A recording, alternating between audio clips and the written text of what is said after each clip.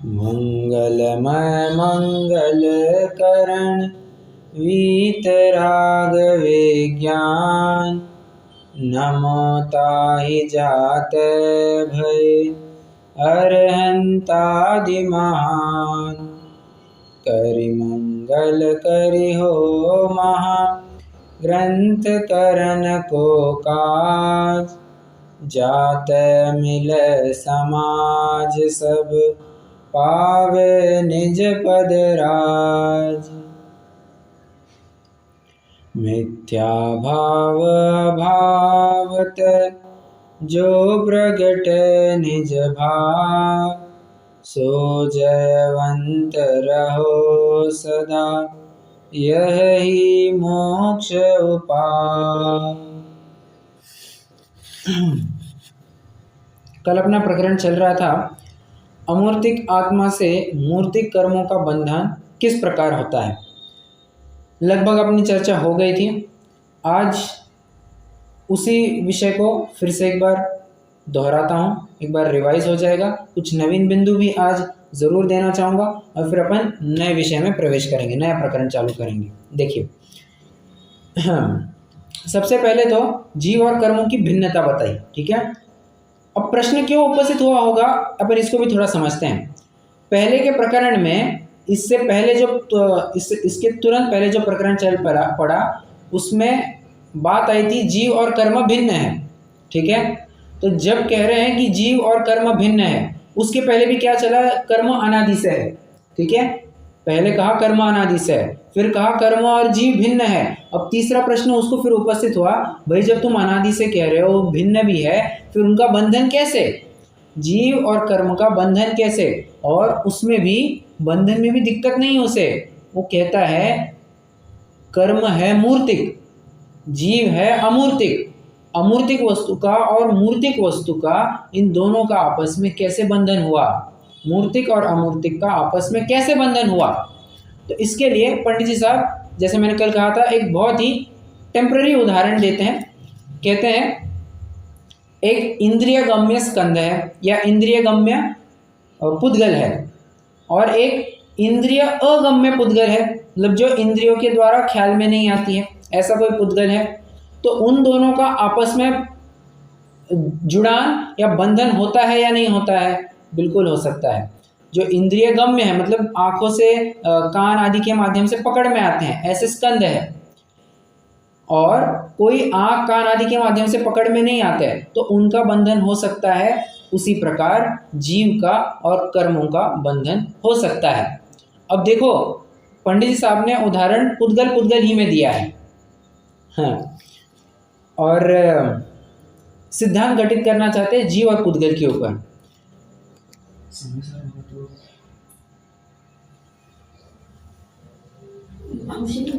नहीं, अच्छा, क्या कह रहे थे अपन, हाँ, सिद्धांत घटित किया है जीव और पुद्गल के ऊपर।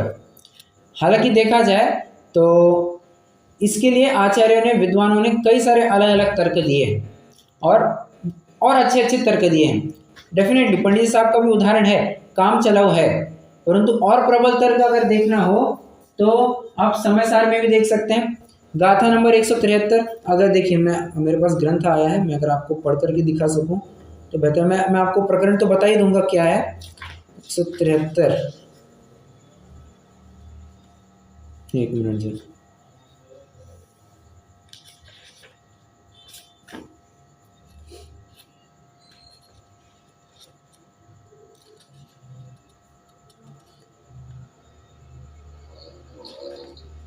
आपका माइक चालू है।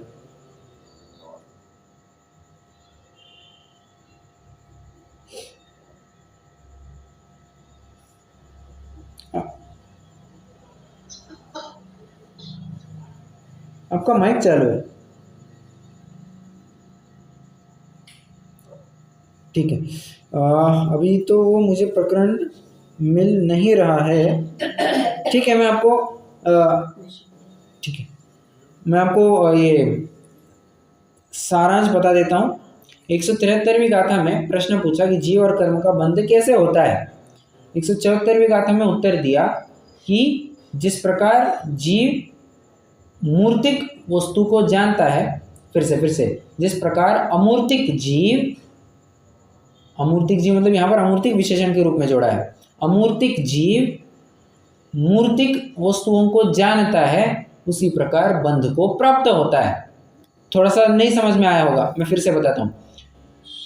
जीव अमूर्तिक है, कर्म मूर्तिक है, तो कहते हैं कर्म आदि जितनी भी वस्तुएं जो दिखाई देती है मूर्तिक है। तो कहते हैं जिस प्रकार आत्मा अमूर्तिक होते हुए भी उसको मूर्तिक वस्तुएं जानने में आती है, उसी प्रकार मूर्तिक वस्तुओं के साथ बंध भी होता है। ये एक तर्क दिया। अब हाँ, आचार्य देव का तर्क और भी थोड़ा बेहतर रहा। आचार्य अकलंक देव के पास चलिए, उन्होंने तो और भी प्रबल तर्क दिया है। कहाँ पर देखना चाहिए? तत्वार्थ राजवार्तिक आदि ग्रंथों में देखना चाहिए। वहाँ पर वे लिखते हैं, देखो क्या कहा तुमने, जीव और कर्मों का बंधन होता है। जीव है अमूर्तिक, कर्म है मूर्तिक। फिर से दोहराना, जीव है अमूर्तिक। किसने कहा जीव अमूर्तिक है? जीव तो मूर्तिक है। आचार्य देव ने कहा ऐसा, जीव मूर्तिक है, क्योंकि संसारी जीव को मूर्तिक कहने की परंपरा है।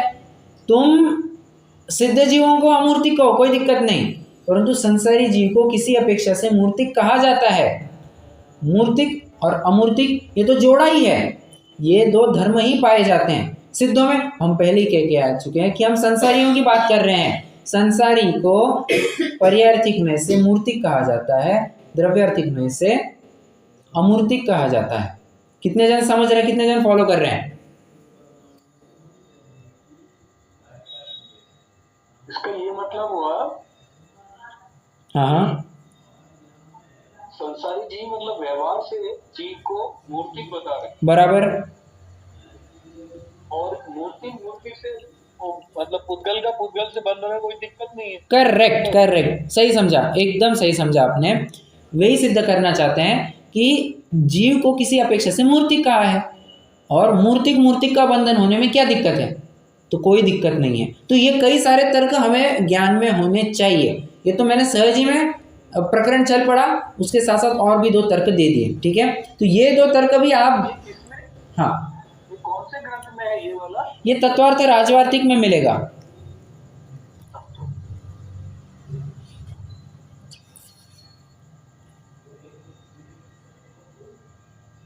ठीक,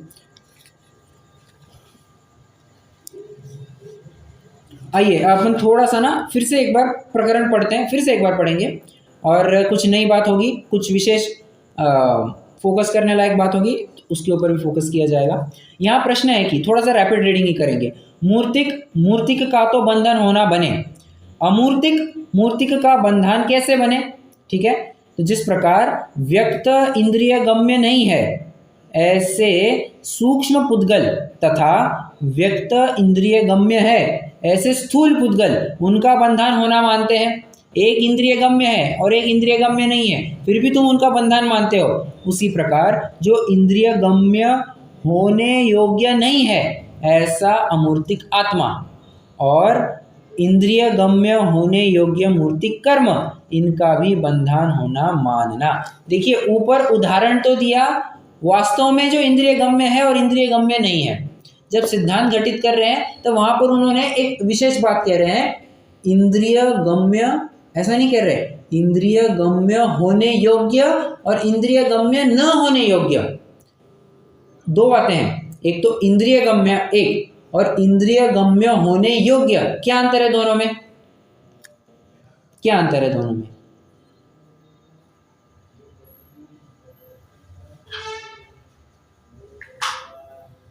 ऊपर कहा इंद्रिय गम्य, नीचे कहते हैं इंद्रिय गम्य होने योग्य।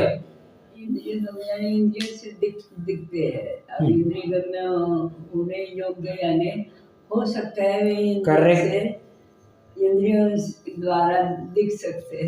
करेक्ट, बहुत बढ़िया, हमारी दादी जी ने फटाफट जवाब दे दिया। अभी देखो सही जवाब है। इंद्रिय गम्य मतलब क्या? जो वास्तव में अब सिर्फ दिखाई नहीं देता है, जो सुनाई देता है वो भी इंद्रिय गम्य, क्योंकि कान भी एक इंद्रिय है। तो जो सुनाई देता है, सूंघा जाता है, चखा जाता है, स्पर्श किया जाता है, देखा जाता है, वो सब इंद्रिय गम्य हो गया, बराबर। अब ये वास्तव में इंद्रिय गम्य है, परंतु इंद्रिय गम्य होने योग्य मतलब अभी इंद्रिय गम्य नहीं है, बाद में कभी इंद्रिय गम्य होंगे। कैसे कैसे? अभी देखो, कर्म या कार्मण शरीर इंद्रिय गम्य है या नहीं है? पहले मुझे ये बताइए, कर्म हमें इंद्रियों के माध्यम से पकड़ में आते हैं क्या? नहीं। तो वो कैसे इंद्रिय गम्य हो सकते हैं? जब भी कर्म का उदय आएगा, वो कर्म का उदय आने के बाद अकर्म रूप हो जाएगा, और अकर्म रूप होते से ही है तो पुद्गल ही, तो किसी भी वर्गणा के रूप में हो सकता है। अभी कार्मण वर्गणा के रूप में था, अब आहार वर्गणा के रूप में हो जाएगा, और आहार वर्गणा के रूप में हम इंद्रिय गम्य हो जाएगा। क्या दिक्कत है? कोई दिक्कत नहीं है। इसे कहते हैं इंद्रिय गम्य होने योग्य। ठीक है, ये कार्मण शरीर या कर्म, मूर्तिक कर्म। और अमूर्तिक आत्मा के लिए क्या लिखा है? इंद्रिय गम्य होने योग्य नहीं है। अब जीव कभी भी इंद्रिय गम्य हो सकता है क्या? आत्मा कभी इंद्रिय गम्य हो सकता है क्या? नहीं हो सकता है। इसलिए लिखा है इंद्रिय गम्य होने योग्य नहीं है। हाँ, फिर से उदाहरण देते वक्त उन्होंने इंद्रिय गम्य और इंद्रिय गम्य नहीं है इनका उदाहरण दिया। सिद्धांत देते वक्त इंद्रिय गम्य होने योग्य और इंद्रिय गम्य होने योग्य नहीं है इनका सिद्धांत गठित किया। ठीक है, चलिए। समझ में नहीं आई बात समझ नहीं आ रही। क्या समझ में नहीं आया? ये जो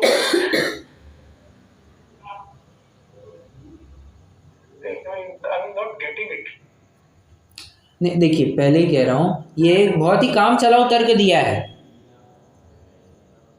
अगर आपको सच में समझना है तो आप अपना जो तीसरा तर्क था ना, उसके माध्यम से समझिए ना, आपको आसानी से समझ में आ जाएगा।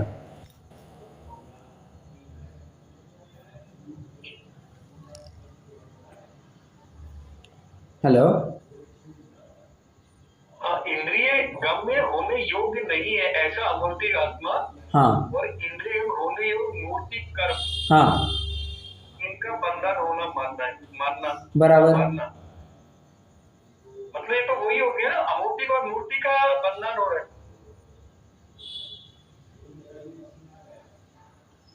हाँ, नहीं तो ये तो अपन ये मान नहीं रहे हैं ना अपन लोग की अरे मूर्तिक और अमूर्तिक दोनों का हो नहीं सकता बंधन। ये तो अपन यही कर रहे हैं। वो सामने वाले का प्रश्न है। हाँ, बोलिए बोलिए। नहीं, अपन ये अभी तक अपन यही कर रहे थे कि मूर्तिक का मूर्तिक में होने में कोई दिक्कत नहीं, हाँ, पुद्गल का पुद्गल होने में कोई प्रॉब्लम नहीं। हाँ, अब यहाँ पे ये बोल रहे हैं उसी प्रकार इंद्रिय गम्य योग्य नहीं है ऐसा अमूर्तिक आत्मा। ठीक है, अमूर्तिक आत्मा इंद्रिय गम्य नहीं है, और इंद्रिय गम्य होने योग्य मूर्तिक कर्म, मतलब होने योग्य मतलब ये अभी मूर्ति की है, ऐसा मतलब है क्या इसका? मूर्तिक, अरे कर्म के लिए विशेषण मूर्तिक जोड़ा है, कर्म के लिए विशेषण मूर्तिक जोड़ा है। लेकिन होने योग्य मूर्तिक कर्म है। सुनना, एक मिनट। इंद्रिय गम्य होने योग्य, मूर्तिक होने योग्य नहीं, इंद्रिय गम्य होने योग्य। ये तो मूर्तिक ही रहेगा। फर्क कहाँ पड़ेगा? वो अभी इंद्रिय गम्य है या नहीं है।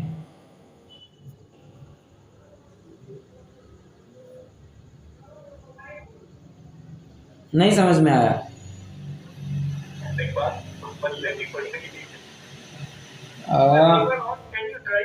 चलिए फिर से देखिए। आप एक काम कीजिए, आप एक चार्ट बनाइए, सभी जन एक चार्ट बनाइए। एक लिखिए, पहले कॉलम में लिखिए इंद्रिय गम्य स्कंध,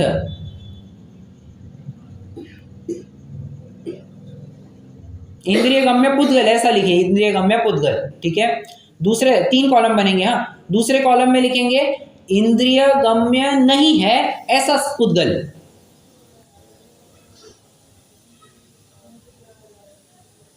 पहले इसमें क्या लिखा? इंद्रिय गम्य पुद्गल। दूसरे कॉलम में क्या लिखा? इंद्रिय गम्य नहीं है ऐसा पुद्गल। ठीक है, तीसरे कॉलम में लिखना है इनका बंधन संभव है। ठीक है, मैं आपको ब्रेक करके बता रहा हूं कि कैसे बन रहा है। ठीक है, इनका बंधन संभव है। ओके, अब एक लाइन खींचिए और एक के नीचे एक लिखते जाइए। जो इंद्रिय गम्य है ना, उसके नीचे लिखिए इंद्रिय गम्य होने योग्य मूर्तिक कर्म। इंद्रिय गम्य होने योग्य, चाहे तो एक लाइन में लिखिए, उसके नीचे लिखिए ब्रैकेट में मूर्तिक कर्म।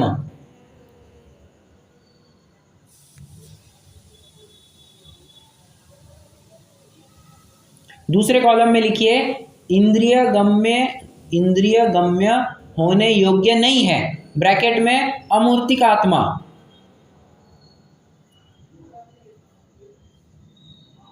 ठीक है, अब एक काम कीजिए, मूर्तिक कर्म और अमूर्तिक आत्मा इनको जरा बाजू में रखिए। ठीक है, इंद्रिय गम्य होने योग्य और इंद्रिय गम्य होने योग्य नहीं है।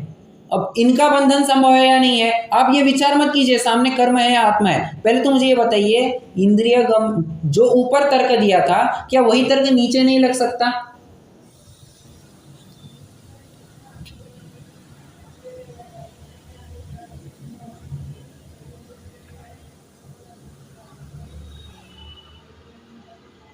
पर में तो दिक्कत नहीं है, वो तो हो सकता है ना, मतलब जोर से बंधन हो सकता है वहां। हाँ, यही चल रहा है ना, व्यक्त इंद्रिय में नहीं है ऐसे समझो था व्यक्त। इनका तो बंधन है, सही है, उसमें कोई दिक्कत नहीं। वो तो पुद्गल का बंधन हो रहा है ना, उसमें कोई इश्यू नहीं है मेरे ख्याल से ना। अरे लाइन में हाँ हाँ हाँ, अब मैं वही कह रहा हूँ। एक मिनट, आप अभी ऊपर पुद्गल है ये भी छोड़ दीजिए 2 मिनट के लिए। ऊपर पुद्गल है ये भी छोड़ दीजिए।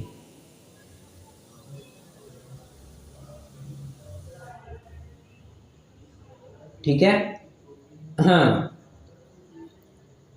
अब विचार कीजिए, ऊपर पुद्गल है ये भी छोड़ दीजिए और नीचे अपन ने जीव और पुद्गल लिखा है ये भी छोड़ दीजिए। सिर्फ इंद्रिय गम्य इंद्रिय अगम्य इनका बंधन संभव है या नहीं है? संभव है। तो उसी प्रकार इंद्रिय गम्य होने योग्य और इंद्रिय गम्य नहीं होने योग्य इनका बंधन संभव है या नहीं है? बिल्कुल संभव है। फिर चाहे वो जीव हो या पुद्गल हो, उसमें क्या है? डेफिनेटली 2 जीवों का तो संबंध नहीं होगा, जीव और पुद्गल का तो संभव बंधन तो संभव ही है।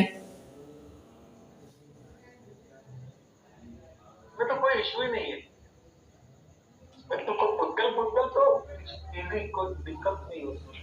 मैं वही कह रहा हूं, आपको जो दिक्कत लग रही है ना जीव और पुद्गल में, आप वो 2 मिनट के लिए विचार ही मत कीजिए कि बंधन किसका हो रहा है। आप तो बस इतना देखिए, जीव और पुद्गल को भी रखिए साइड में, रखिए, गए तेल लगाने। अब बस इतना देखिए, इंद्रिय गम्य है और इंद्रिय गम्य नहीं है, इनका बंधन है या नहीं है? हो सकता है। उसी प्रकार इंद्रिय गम्य होने योग्य एक और इंद्रिय गम्य ना होने योग्य इनका बंधन संभव है या नहीं है? बिल्कुल संभव है। अब चलिए मैं आपको एक और तर्क देता हूं। अब ये मुझे अभी सूझ रहा है, ये मेरे कहीं पढ़ने में नहीं है, परंतु मुझे तर्क से मुझे ये सही लगता है। क्या? हाँ, क्यों जी? आकाश द्रव्य मूर्तिक है या अमूर्तिक है? अमूर्तिक है। अमूर्तिक है और उसमें वहां पर ये पुद्गल रह रहा है या नहीं रह रहा है? बिल्कुल रह रहा है। अब आप कहेंगे कि आकाश द्रव्य का तो काम ही है कि वो स्थिति हेतुत्व में निमित्त होता है, अवगाहन हेतुत्व में निमित्त होता है। अब मैं आपको कहूँगा धर्म द्रव्य, आप जहां पर बैठे हैं वहां पर धर्म द्रव्य है या नहीं है? वो कैसा है? मूर्तिक है या अमूर्तिक है? अमूर्तिक है, बराबर। और पुद्गल है, जो आपका शरीर है, आपके हाथ में मोबाइल है, वो मूर्तिक है या अमूर्तिक है? मूर्तिक है। तो एक क्षेत्र का संबंध कैसे रह रहा है?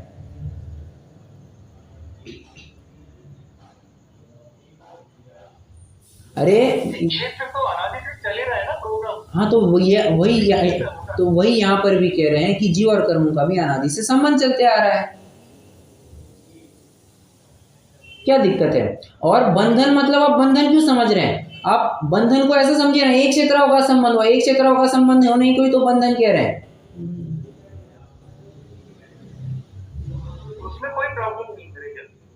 अब समझ में आ रहा है क्या? वो तो ऑब्वियस है ही, तो देखिए ना, तो सभी के लिए एप्लीकेबल हो जाएगा। हाँ, जहाँ जहाँ पॉसिबल है, जहाँ जहाँ पॉसिबल है सबके लिए वो एप्लीकेबल हो जाएगा, कोई दिक्कत नहीं।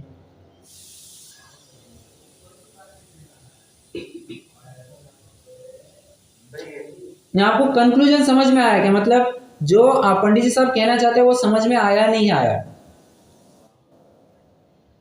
वो कोई दूसरे तरीके से समझ रहे हैं।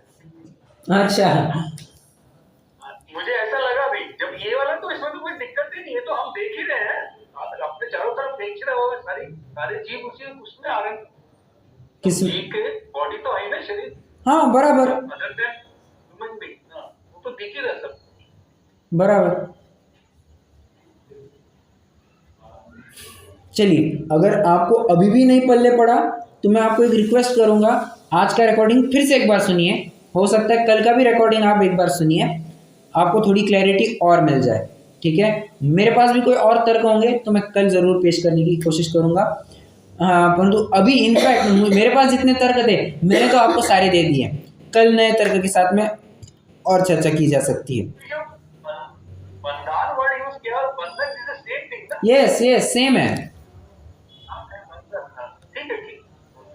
बंधन, बंधान, जुड़ान, और क्या कहते हैं, एक क्षेत्रावगाह, संबंध, संयोग, सब एकार्थवाची लेना। यहाँ पर कुछ भी अलग अलग मत समझना। पिछले पेज पर संबंध और संयोग इसका इस शब्द का प्रयोग करके है। बताइए दादी जी ने क्या समझा, वो थोड़ा मैं सुनना चाहता हूँ, तो we can understand, maybe it will help us. हाँ, विल इट हेल्प अस? दादी जी के शब्दों में से सुनना चाहता हूँ। नहीं, उन्होंने तो बस देखिए, मैंने तो इतना ही प्रश्न पूछा था कि इंद्रिय गम्य एक और इंद्रिय गम्य होने योग्य, इन दोनों में अंतर है या नहीं है? तो उन्होंने बस इतना कहा था, इंद्रिय गम्य मतलब जो वास्तव में हमें आँख कान के माध्यम से ख्याल में आता है, और इंद्रिय गम्य होने योग्य मतलब अभी इंद्रिय गम्य नहीं है परंतु बाद में इंद्रिय गम्य हो सकते हैं, उसमें योग्यता है, वो लायकात है। ये तो समझ में आ रही है बात। ठीक है, ओके, चलिए कहा थे, तथा इस बंधन में कोई किसी को करता तो है नहीं, जब तक बंधन रहे तब तक साथ रहे, बिछुड़े नहीं, और कारण कार्यपना उनके बना रहे, इतना ही यहाँ बंधन जानना।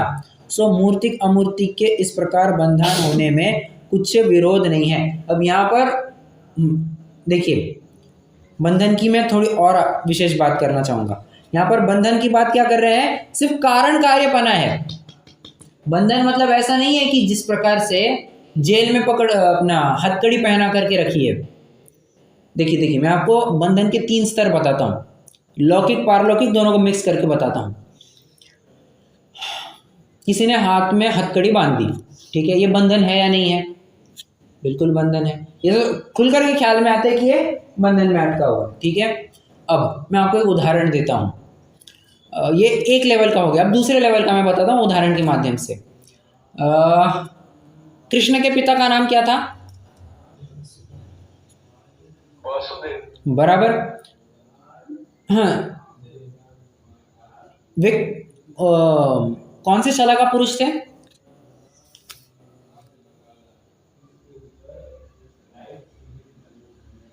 वे कौन से शला का पुरुष थे? महापुरुष, सॉरी, महापुरुष। मतलब कौन सी कैटेगरी में आते थे? चक्रवर्ती, अर्ध चक्रवर्ती, नारायण, बलभद्र, प्रतिनारायण या कामदेव, कौन कौन थे? कृष्ण, मतलब कृष्ण तो नारायण है ना। मैं उनके पिता की बात कर रहा हूँ। नारायण कृष्ण बोलते हैं सर, मुझे ध्यान आता है। उनके पिता कामदेव थे, ठीक है, कामदेव के महापुरुष की कैटेगरी में आते थे। ओके, अब कामदेव सर्वांग सुंदर होता है, बराबर। हाँ, कामदेव इतना सर्वांग सुंदर मतलब हुआ ऐसे कि जब भी वसुदेव नगर में राउंड लगाने जाते थे तो वहाँ की सभी महिलाएं बस उनको देखते ही रह जाती थी। उनको देख करके विषय वासना से भ्रष्ट हो जाती थी, शील भ्रष्ट हो जाती थी। यहाँ तक का प्रकरण आता है कि कोई महिला अगर कुएं पर पानी भरने गई है, अपने बच्चे को साथ में लेकर के गई है, तो बाल्टी को रस्सी बांधने के बजाय बच्चे के ही गले में रस्सी बांध दी और डाल दिया कुएं में, ऐसा मानते हुए कि मैं पानी निकाल रही हूँ। मतलब यहाँ तक की हालत खराब हो गई थी। तो लोगों ने कहा, और रोजाना 10-50 ऐसे किस्से होने लग गए। तो लोगों ने कहा संभालो आप, हाँ अपने भाई को संभालो। तो उस समय में राजा, उनके सबसे बड़े भाई समुद्र विजय, जो कि नेमिनाथ के पिता थे, तो उन्होंने वसुदेव को थोड़ा सा एक बहाना बना करके कहा कि यार वसुदेव, तुम तो मेरे दिल के टुकड़े हो, एक काम करो, तुम मुझे हमेशा मेरे सामने चाहिए, मैं एक क्षण के लिए भी तुम्हारा वियोग नहीं देखना चाहता हूँ, तुम और मेरे महल के सामने तुम्हारा भी महल बना दो। ऐसा कर दिया और फिर एक प्रकार से उनके लिए आलीशान एक जगह बना दी गई, बहुत बड़ी जगह बना दी गई, और सालों तक उनको उसी में रखा गया। बहुत काल के बाद जब वे बाहर निकलने की कोशिश की तो वॉचमैन ने कहा, वहाँ के द्वारपाल ने कहा कि यहाँ से बाहर किसी को भी जाने की इजाज़त नहीं है। तो वो वसुदेव को ख्याल में आया कि अपने साथ तो बहुत बड़ा फ्रॉड हुआ है, स्कैम हुआ है। अब उनको कहा यह गया था कि तुम मुझे एक क्षण के लिए भी सामने से ओझल नहीं होना चाहिए, परंतु ये तो मुझे बंधन में डाला गया था। ठीक है, अब ये है क्या बंधन, परंतु हाँ ये बंधन है। ठीक है, अब तीसरा बंधन, निमित्त नैमित्तिकपना। बहुत लौकिक उदाहरण देता हूं, फिर समझ में आ जाएगा। अमेरिका ने, अमेरिका भी, अच्छा ठीक है, कोई भी लीजिए, अमेरिका ने मान के चलिए इंटरेस्ट रेट में कुछ कम ज़्यादा किया। ठीक है, यहाँ पर इकोनॉमी हिलती है या नहीं हिलती है? बिल्कुल हिलती है। वहाँ पर रशिया ने यूक्रेन पर अटैक किया, यहाँ पर स्टॉक मार्केट हिलता है या नहीं हिलता है? सोने चांदी के भाव ऊपर नीचे होते हैं या नहीं होते हैं? जी बिल्कुल होते हैं। यहाँ पर इजराइल और ईरान में चल रहे हैं, जिसके साथ भी चल रहा हो, ईरान में कुछ नोकझोंक हो गई, उसमें कुछ हाथापाई हो गई, तो यहाँ पर अपने इकोनॉमी पे इम्पैक्ट होता है या नहीं होता है? होता है। हो वहाँ पर रहा है, इफेक्ट यहाँ पर पड़ रहा है। ये भी क्या है? हम उनसे बंधे हुए हैं। अब ये भी बंधन का एक प्रकार है। उन्होंने क्या किया और यहाँ पर क्या हुआ? यहाँ पर कुछ नहीं किया उन्होंने, बस वहाँ पर कुछ हुआ और यहाँ पर हलचल चालू होने लग गई। इसको कहते हैं निमित्त नैमित्तिकपना। बहुत स्थूल उदाहरण है, एक और उदाहरण दूंगा, आपको अच्छे से समझ में आ जाएगा। देखिए, वर्तमान की भारत की सरकार कैसी है? एनडीए की सरकार, गठबंधन की सरकार है। ठीक है, आज अगर नीतीश बाबू क्या है वो चंद्रा बाबू अगर पलटी खा जाए, भाजपा को अपना सपोर्ट छोड़ देवे, नीतीश कुमार उल्टा हो जाए, सरकार रहेगी या नहीं रहेगी?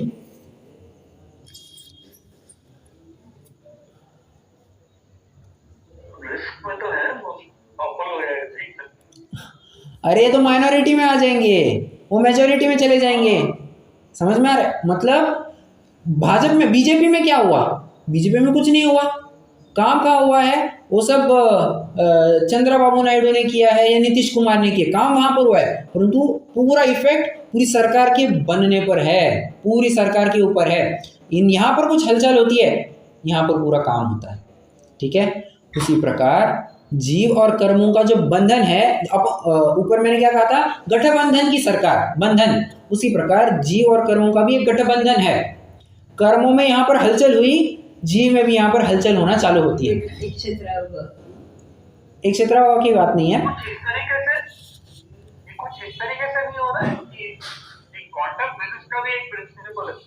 क्या मतलब ये जो पूरा जो ग्लोब में है, हाँ एक जगह कुछ गड़बड़ होती है, हाँ, similar things will happen to the same atom या मॉलिक्यूल जो दूसरे वर्ल्ड के पार्ट में, ऐसा कुछ है क्वांटम फिजिक्स का।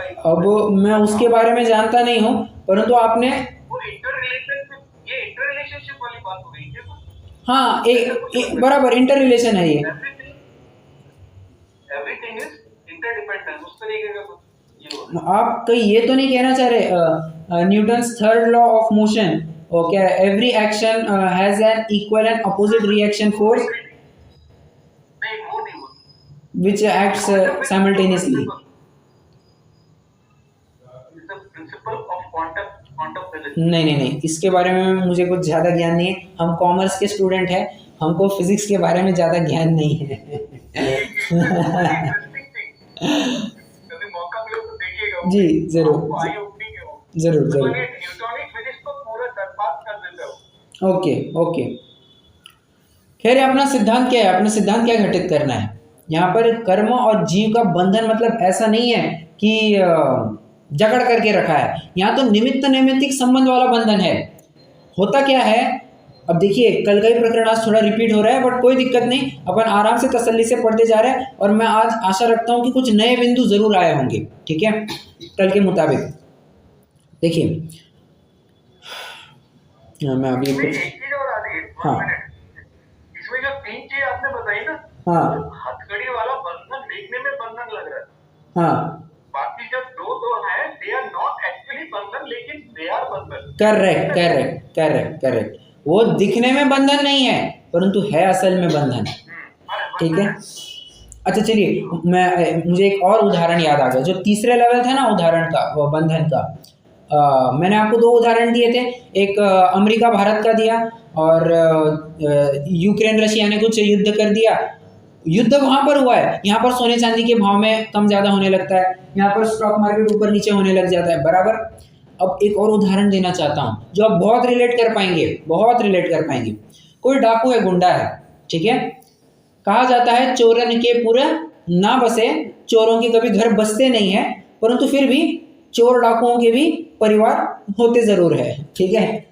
अब पूरे देश की फोर्स लगी है इस गुंडे को पकड़ने के लिए, कोई XYZ गुंडा है, उसको पकड़ने के लिए पूरे देश की फोर्स लगी है, हाथ नहीं लग रहा है, कहीं छुपा हुआ है। अब होता क्या है, बस एक दिन उस गुंडे को फोन आता है, सुनो जी पप्पू की मम्मी बोल रही हूँ। अपना पप्पू है ना, उसको डॉक्टर ने कहा है, बस इतना ही कहा, पप्पू की मम्मी ने बस इतना ही कहा,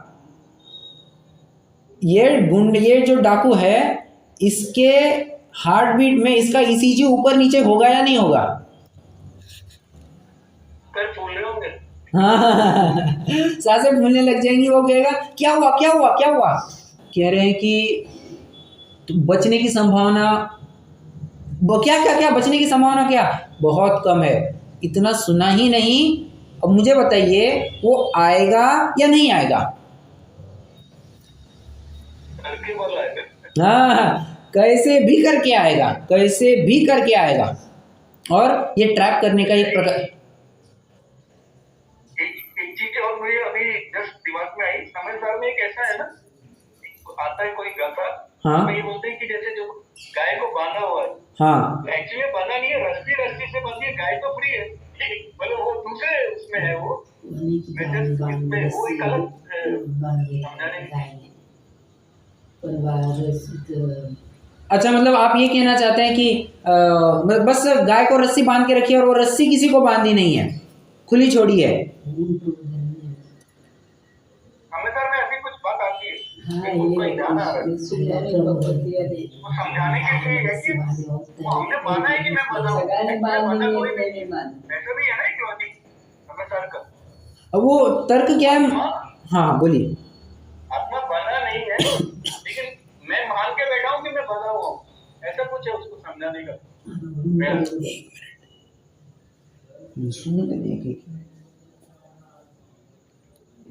अब वो तर्क क्या है, आप जो कह रहे हो जरूर हो सकता है, अब मेरे ज्ञान का विषय अभी वो नहीं बन रहा है, परंतु आप जैसे कह रहे हो वैसे जरूर। उसके लिए ऐसा कहा जाता है कि हम गाय को बांधते हैं तो गाय को थोड़ी बांधते हैं, रस्सी को तो एक सिरे से दूसरे सिरे तक बांधते हैं ना, हाँ बीच में से लेकर, वो तो उसमें आ जाता है। समझाया ये जा रहा है कि आप जीव आत्मा फ्री है, लेकिन वो मान के बैठा है कि मैं बना हुआ, बराबर बना रहता है, बराबर। ऐसा कुछ है वो। और ओके आ गया ख्याल में। वो गाय या घोड़े का बराबर, गाय घोड़ा कोई भी हो, पशु है ना, बस उसका उदाहरण हाँ कि उसको बस बांधने की एक्टिंग करता है, उसको लगता है कि मैंने बांध दिया है। अब वो बहुत टाइम हो स्टोरी जोरदार है। बराबर। ऊँट वाला है। ओ अरे ऊंट हो, गधा हो, घोड़ा हो, कोई भी हो, बिल्ली हो, कुत्ता हो, अपन को क्या है, अपन को उदाहरण से मतलब है। तो बहुत टाइम हो गया, अब ये सब जाने को निकले, अब इसको तो रस्सी बांधी नहीं थी, बस बांधने की एक्टिंग की थी। अब बहुत टाइम हो गया, जाने को जा नहीं रहे हैं, तो ये तीसरा घोड़ा निकल क्यों नहीं रहा है, तीसरा ऊंट निकल क्यों नहीं रहा है।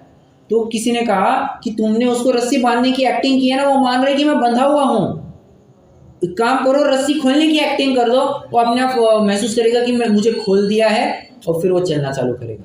मतलब ये सब माइंडसेट के ऊपर, ये थॉट प्रोसेस के ऊपर है। हाँ, परंतु यहाँ पर वो निमित्त नैमित्तिकपना बताया जा रहा है। यहाँ पर थॉट प्रोसेस की भी बात तो ठीक है, ले सकते, कोई दिक्कत नहीं, परंतु निमित्त नैमित्तिक कारण कार्यपने की बात आ रही है। द्रव्य कर्म का यहाँ पर उदय हुआ तो दो इफेक्ट, क्या दो इफेक्ट, वो अगले प्रकरण में चलेंगे, अभी थोड़ी सी हिंट देता हूं। एक तो आएगा अघाती कर्म के माध्यम से नो कर्म संयोग मिलेंगे। अभी घाती आघाती के में भी नहीं जाते अपन, सिर्फ इतना समझते हैं, कर्म आपको दो फल देगा, दो प्रकार से आपको अप्रोच करेगा। द्रव्य कर्म डायरेक्टली कभी सामने नहीं आएगा, वो दो प्रकार से सामने आएगा। एक आपको संयोग दिलाएगा, आपको नो कर्म दिलाएगा, ठीक है। द्रव्य कर्म या तो आप नो कर्म के माध्यम से आपके सामने आएगा, या भाव कर्म के माध्यम से आपके सामने आएगा, ठीक है। संयोग के माध्यम से सामने आएगा या संयोगी भाव के माध्यम से सामने आएगा। मैंने दो अलग अलग टर्मिनोलॉजीज प्रयोग किए। फिर से द्रव्य कर्म कभी भी आपके सामने डायरेक्टली नहीं आएगा। वो क्या करता है, वो मजे लेता है। दुई तलैयन दे दे तेल, तुम नाचो हम देखे खेल। मतलब क्या होता है, कोई इस कहावत का अर्थ जानता है?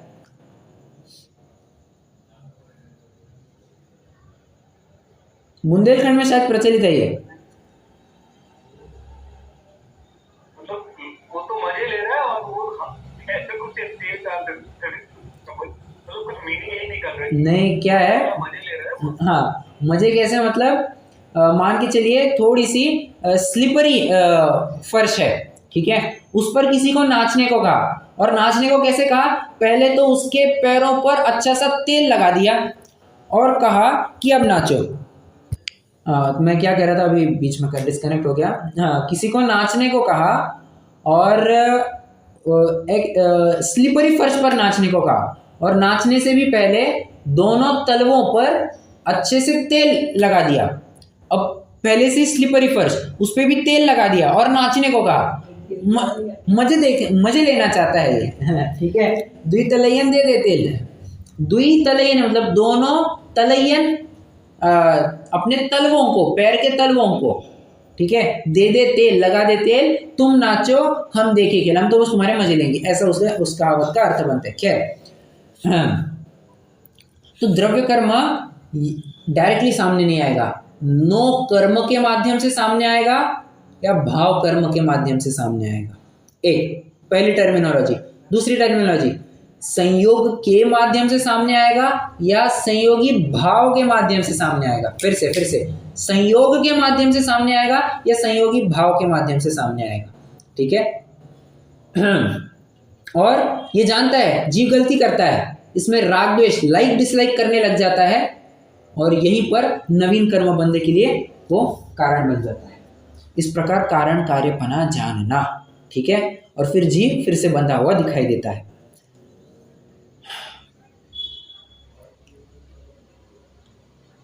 ठीक है, इस प्रकार जैसे एक जीव को अनादि कर्म संबंध कहा, उसी प्रकार भिन्न भिन्न अनंत जीवों के भी जान लेना। एक जीव का कहा, अनंतों की भी वैसी समझ लेना। अनंत मतलब जो संसारियों की बात चल रही है, ठीक है, सिद्धों में तो कर्म लागू होते ही नहीं है। अब अगला प्रकरण चालू होता है। यहाँ पर घाती और अघाती कर्म का, घाती और अघाती कर्म उनका कार्य बताया जा रहा है। सबसे पहले द्रव्य कर्म की तरफ से ही बात कर रहे हैं। जो आप देख पा रहे होंगे यहाँ पर पूरा का पूरा कर्म जो कह रहे हैं द्रव्य कर्म की अपेक्षा से कह रहे हैं। यहाँ पर भाव कर्म को ऊर्ध्व नहीं किया, ना ही यहाँ पर नो कर्म को ऊर्ध्व किया है, यहाँ पर मात्र और मात्र द्रव्य कर्म को ऊर्ध्व किया जा रहा है। तो पूरा का पूरा जो प्रकरण चल रहा है ना, कर्म बंध का निदान, उसमें फिर कर्मों के अनादिपने की सिद्धि, जीव और कर्मों की भिन्नता, उनका बंधन किस प्रकार संभव है, ये पूरा का पूरा द्रव्य कर्म का ही प्रकरण है। अब उसी के कंटिन्यूएशन में थोड़ी नई बात कहते हैं, अब उसके थोड़े से टेक्निकलिटीज में जाते हैं। भाई हमने तुमको जिस कर्म बंधन के बारे में कहा उसके बारे में थोड़ी जानकारी भी तो देते हैं। कर्म दो प्रकार के होते हैं, द्रव्य कर्म दो प्रकार के, आप चाहे तो थोड़ा और डिटेल्ड भी चार्ट बना सकते हैं, कोई दिक्कत वाली बात नहीं, परंतु ये सभी को पता होता है, नहीं बनाएंगे तो भी कोई बड़ी बात नहीं है। हाँ, ऊपर लिखेंगे कर्म, कर्म के 3 ब्रांचेस बनते हैं, भाव कर्म, द्रव्य कर्म, नो कर्म। ठीक है, भाव कर्म को ही ब्रैकेट में लिखा जाएगा संयोगी भाव, नो कर्म ही को ब्रैकेट में लिखा जाएगा संयोग। ठीक है, और द्रव्य कर्म के लिए फिर से 2 एरोज निकालेंगे, द्रव्य कर्म के नीचे से 2 एरोज निकालेंगे, घाती और अघाती। घाती कर्म किन्हें कहते हैं, अघाती कर्म किन्हें कहते हैं, मैं आपसे प्रवेशिका की परिभाषा सुनना चाहता हूँ। आज बस प्रवेशिका की परिभाषा के ऊपर थोड़ी चर्चा होगी और विशेष प्रकरण कल चल पाएगा। बताइए, प्रवेशिका में अनुजीवी गुणों का जो घात करते हैं वो घाती कर्म, बराबर, और जो अनुजीवी गुणों का घात नहीं करते वो प्रतिजीवी गुण, या जिनके क्या बोलेंगे वो पूर्ण रूप से विकसित हो जाते हैं गुण, जिनके अभाव से वो प्रतिजीवी गुण। Correct, perfect. आपने वो दूसरा हिस्सा नहीं बोला रहता तो भी चला रहता। क्या कहा? आपने हिला के पढ़ाया ही। प्रवेशिका में मुझे भी पता है, बहुत रट, ये अभी बीच में ही पढ़ाया था आपने, मुझे ध्यान आ रहा था। हाँ, बीच में भी पढ़ाया था और प्रवेशिका में चिक करके बताया था। हम लोग को अभी यही मैंने बताया था, प्रतिजीवी जो जीव का गुण और खाते हैं, फिर आपने ये 2 और बताए थे। Yes, correct. आपने जो पहले इनका डिस्ट्रीब्यूशन किया है ना 3 में, वो थोड़ा फिर से बताएंगे। भाव, अच्छा, ओके 3 में डिवाइड किया ना? हाँ, 3 में डिवाइड किया था, भाव कर्म, द्रव्य कर्म, नो कर्म। हाँ, ठीक। भाव कर्म के लिए ब्रैकेट में लिखेंगे संयोगी भाव, और नो कर्म के लिए लिखेंगे संयोग।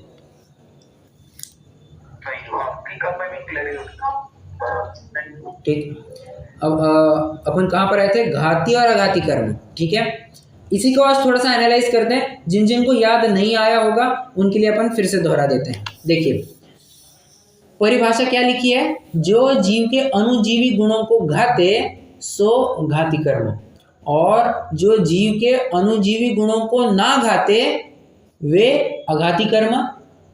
परिभाषा और क्या आपको ये पता होगा कि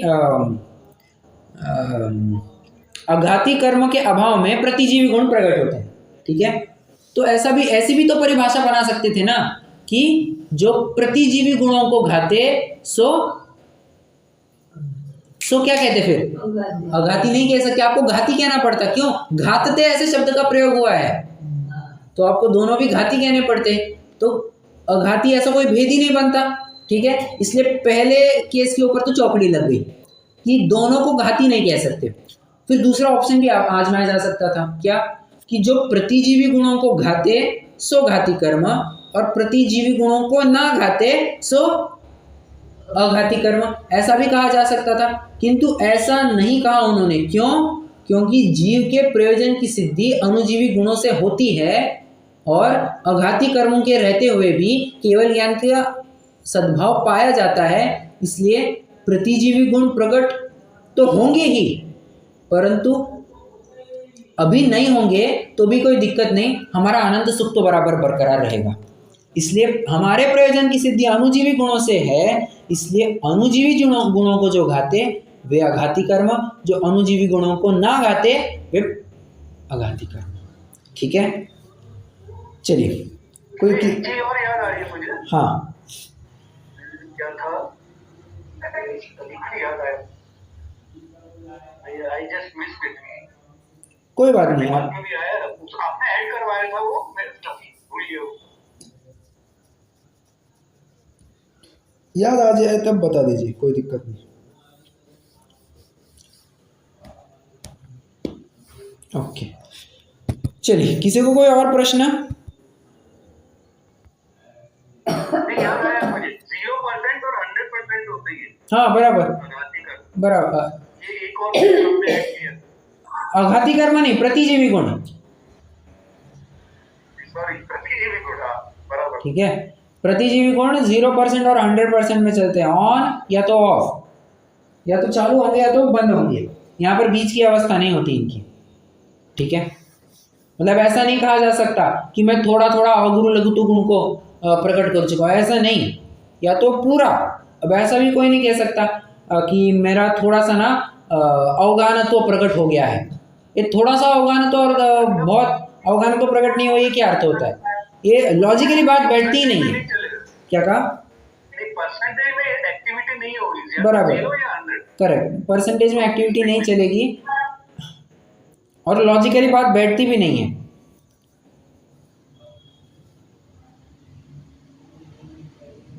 आर या पार। करेक्ट, आर या पार, ना रहेंगे बीच मझधार। प्रतिजीवी गुण है आर या पार, बट कभी नहीं है बीच मझधार। ठीक है, चलिए रुकते हैं, अपन जनवरी स्तुति करेंगे।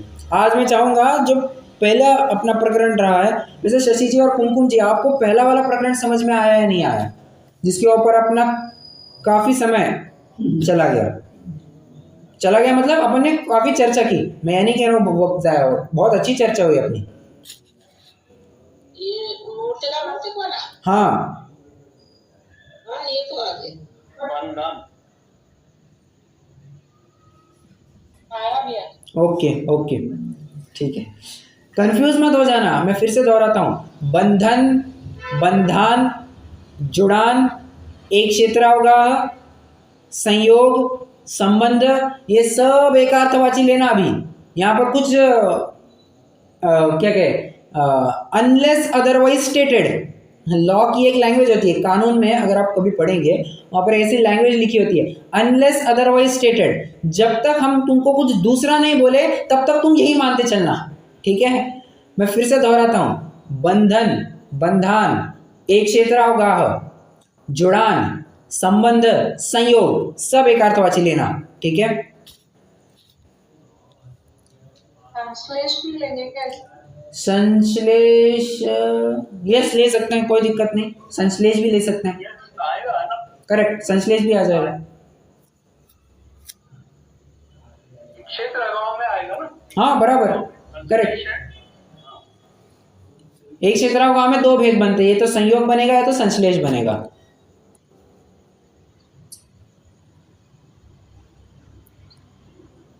ठीक, चलिए रुकते हैं, जनवरी स्तुति करेंगे।